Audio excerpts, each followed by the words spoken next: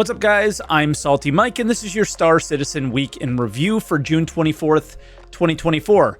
So we have a 324 now, but I don't think it's what you think. The server meshing test was a success, and we probably had one of the best ISCs of the year.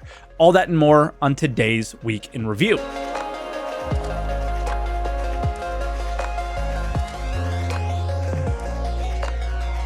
And as always, if this is your first week in review, this is where I take all of the official Star Citizen news each week, put it into one video, and share some of my opinions about it. I also live stream on Twitch, twitch.tv/SaltEMike, where I talk about a lot of this stuff, and you guys can stop by and say hello, and a lot of you have, and I thank you for that. But before we get into the video, let's start out with today's sponsor.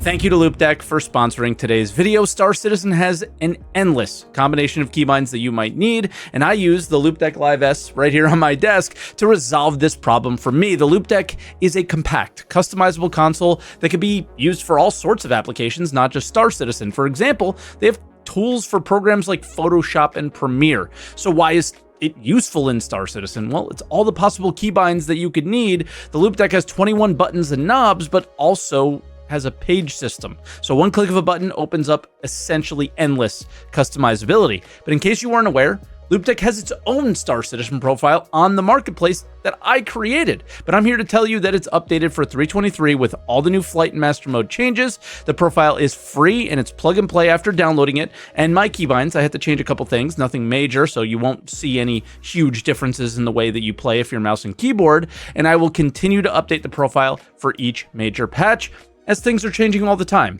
I have a dedicated flight, combat, mining, salvage, shield pages with anything you may need that would not be like on your mouse or joystick. So if you want the Loupedeck Live S, click my link in the description below and use my code SaltEMike15 and you'll get 15% off. Once again, to get 15% off on the Loupedeck, click the link in the description and use code SaltEMike15. And thanks again to Loupedeck for sponsoring today's video.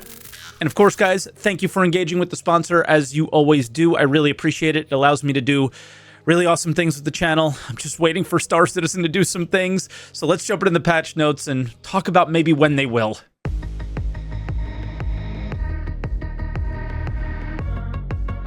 So we probably have to start out with what would be considered the highlight of the week, and that's 324. But all it is them deciding to name 323.2 to 324. And we all know what this means. It means they want the patch to appear a certain way. They want to be able to market it a certain way. But in the end, it makes zero difference at all. They set the bar way too high, clearly, for 323, as this content was supposed to be included in that, but it didn't make it in. My only issue here is I think most of us in the community were hoping to get a really large jump in speed of content and features being added to the game, but more importantly, the quality of the content being delivered to us. 323 was not all that bad. It was a mixed bag, I would say. Some of the content was really polished, some of it was not. 324, or the cargo patch, will come when it's ready, like any other patch. But the definition of ready for this update has to be different. They've even said it, because even small issues with things like hangars and cargo can prevent players from playing at all.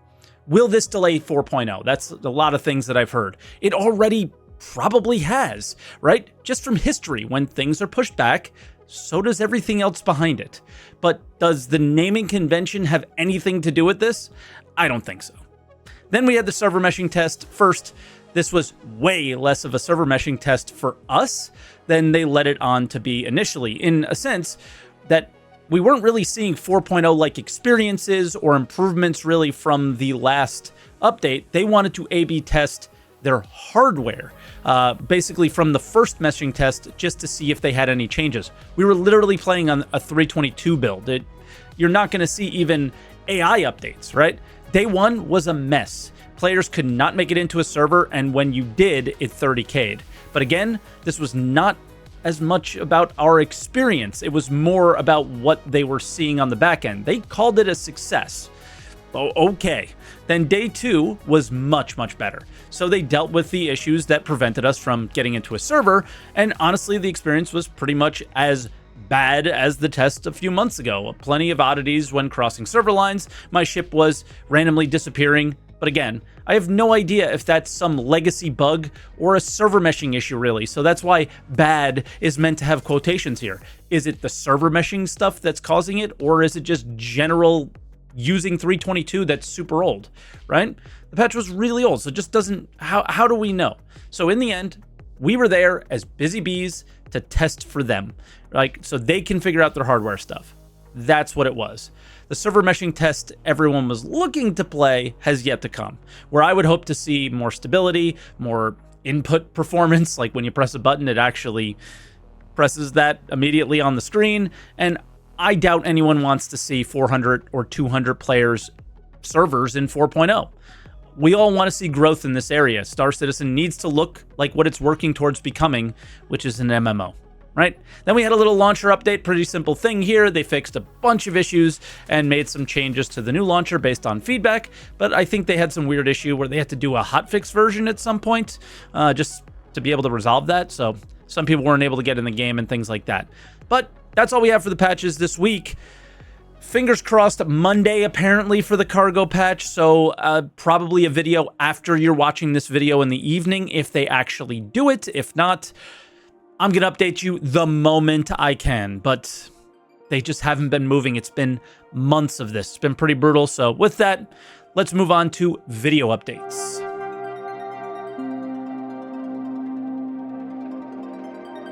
So no Star Citizen Live this week, just an Inside Star Citizen titled Meet the Team Weapon Content. Right off the bat, Inside Star Citizen is changing for the next 3 weeks, and Jared explains how. We're in one of those periods of ISC production where we like to experiment with the means and manner of the stories we tell. Because like the developers making the very game that we're covering, we want to try new things and new ways of doing what we do. So for the next 3 weeks, ISC will be a bit different than you might normally expect. That means we're going to spend a little more time than normal getting to know the folks themselves as opposed to just what they're working on. Things like asking the UK networking team to film a sort of dev diary on those major server meshing tests from earlier this year. Chat with the level design team to discuss their process and how they're taking all those things they learned in Stanton and applying it to Pyro. And this week, getting to know some folks specializing in the implements of first-person destruction. Now, of course, the ISCs that are driven by specific feature and content work will still continue after this short detour. But we hope that you'll indulge us once again in our effort to share some more personalized stories for the next few weeks. And then, of course, we'll be back with the big flashy stuff soon enough. I might have lost my mind a little bit when I first heard this because we already do this on Star Citizen Live. The devs sit down and we have an hour to get to know them. It's not my favorite content either, so I really don't see how this is going to be a good thing, right? But then when the show started, it turned out to be entirely different. I started in a mixed role in a little company in Germany called Egosoft, and there I was doing spaceships, both 3D and both concept. And I moved here because I was always very passionate of the universe of Star Citizen. Now, did you see what was different? We're getting to know the person, which is cool, but we're also seeing a ton of work that they're touching that we've never seen before. Go back and look at the screens. Mines, a ballistic weapon from Volt no less, and more. This trend existed through the entire show, so I will run through as many Easter eggs that I saw, and if you want to get to know the people, yeah, the show's amazing for that, so link will be in the description, but I think I clipped out like 60 or 70 different clips. Just that's how many Easter eggs were in this. The first one I want to run and let it run quite a few times because it's really hard to kind of notice what it was. I missed it the first time. This is Grimhex, and it's a hospital. I don't recall ever looking like this. So I think maybe we can do some serious speculation here that we might be getting an overhaul to Grimhex in 4.0. That's pretty copium, but hey, maybe. Then we get a quick look at a face tattoo, some space mines, and these are 100% Squadron 42 focused first. If you ever played Wing Commander, it was very much a way they used to create some level design on a space level, right? Where it's just big and vast. Then anyone remember this one? The Preacher non-lethal taser weapon that we're all hoping to see with bounty hunting improvements that never really came.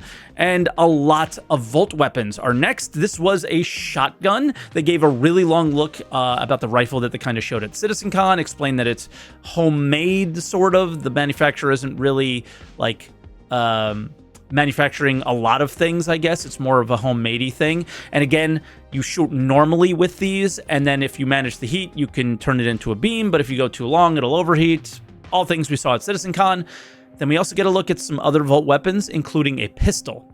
Then a really large LMG was shown on a screen. It almost looked Origin. Next, we get a look at an SMG from a new company, DMC. We also see what appears to be a railgun from this company, and then a new med pen look, like clean and dirty.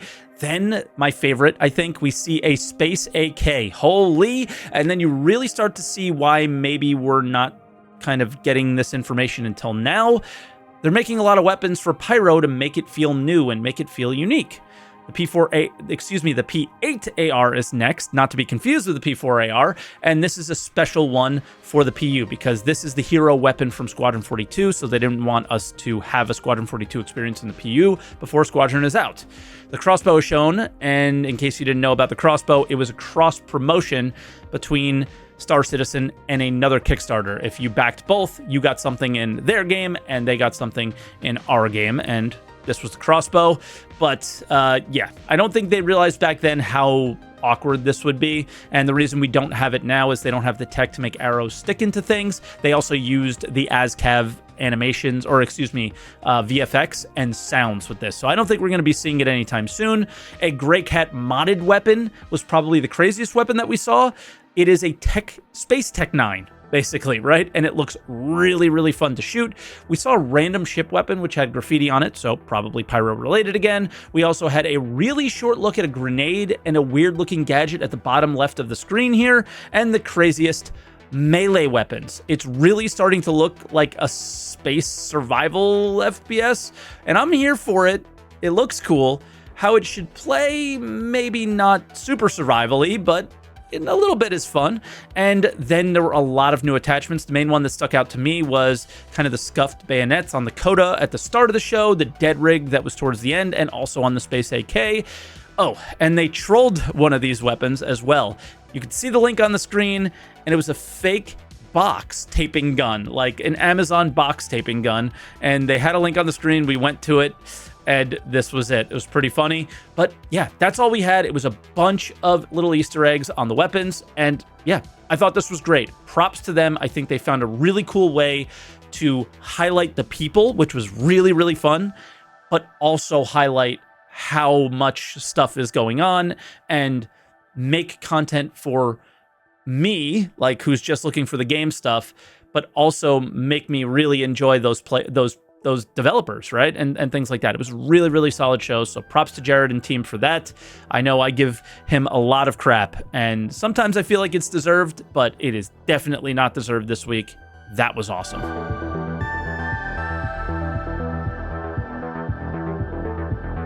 And as always, we start out with the sneak peek. This is a MISC door, but the only ships that come to mind that are in concept are two ships that refine ore. The first is the Expanse, and I'm really hoping it's this one. It's a small refinery ship that I am dying to see more of. I just want to see what player refining looks like, to be honest. Second, the Odyssey, which is an exploration ship that can refine its own fuel. The idea here being that you stay out exploring without ever having to come to a station to refuel. It's much larger than the Expanse, I think. So unless this is basically something entirely new, are they actually working on a refinery ship? I doubt it, right? Because they haven't said anything, but maybe crafting, refining, I don't know. That would just be amazing, right? And then developer posts, not a lot here. We got flashbangs mentioned. After the ISC, basically, Zach let us know that they want to do more conventional gadgets like flashbangs first, but no real indication on when we may see them. And given the way the episode play out, probably Pyro and 4.0.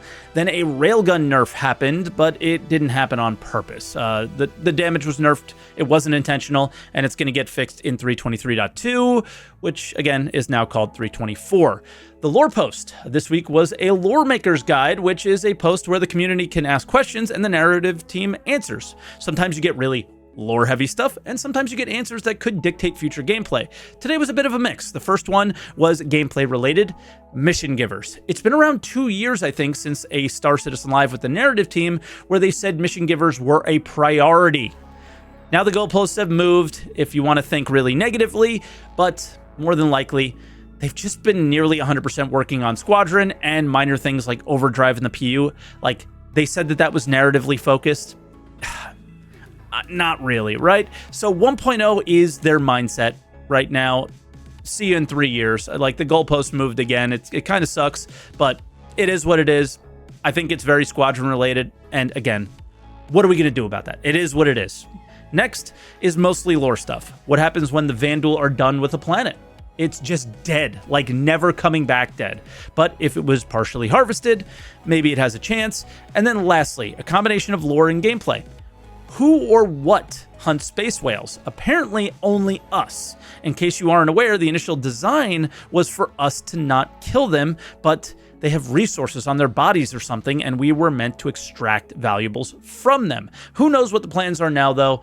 That's what we have for that. Now, that was this week's Week in Review. I almost said Inside Star Citizen, but I am recording this on Sunday morning because, in case you are a podcast enjoyer, check out the Answer the Call podcast if you guys hadn't. Links in the description.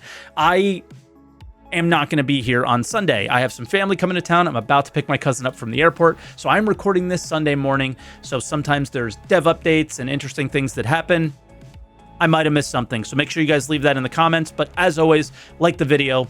Get subscribed if you're enjoying Weeks in Review. I try to give you the news as best I can each week with everything that's going on. And yeah, I'm really enjoying doing these, and I really appreciate you guys. So yeah, I'm just feeling the love this morning. So just wanted to give you some love because you guys deserve it as well. Thank you so much, and I'll see you guys next week.